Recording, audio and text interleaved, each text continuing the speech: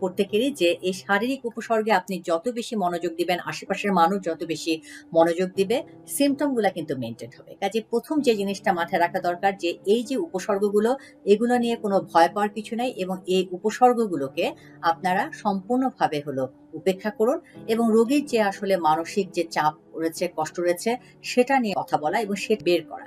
আমাদের যেটা সাইকিয়াট্রিস্ট বা সাইকোলজিস্টরা যেটা করে থাকেন যে তার রোগীর সাথে কথা বলে তার কনফ্লিক্টটা, তার স্ট্রেসারটা আমাদের বের করতে সাহায্য করে এবং রোগী আসলে যদি কনফ্লিক্টটা আসলে বের করা যায়, স্ট্রেসারটা বের করা যায়, যে কষ্টের মধ্যে যে ভুগছে সেটা নিয়ে যদি আসলে রোগী কথা বলতে পারে, অনেকখানি কিন্তু সিম্পটমটা কমে যায়। অনেক ক্ষেত্রে মনে করে রোগী বোধহয় ইচ্ছা করে করছে। কনভার্সন ডিসঅর্ডার রোগীরা কিন্তু কোনো অবস্থাতেই ইচ্ছা করে এই সিম্পটম সে প্রডিউস করে না। সত্যি, সত্যিই কিন্তু তার এই কষ্টটা হচ্ছে রোগীর সাথে কিন্তু সমব্যথী হয়ে অর্থাৎ তার জায়গা থেকে বুঝে তার সাথে সেভাবে আচরণ করা সেটা কিন্তু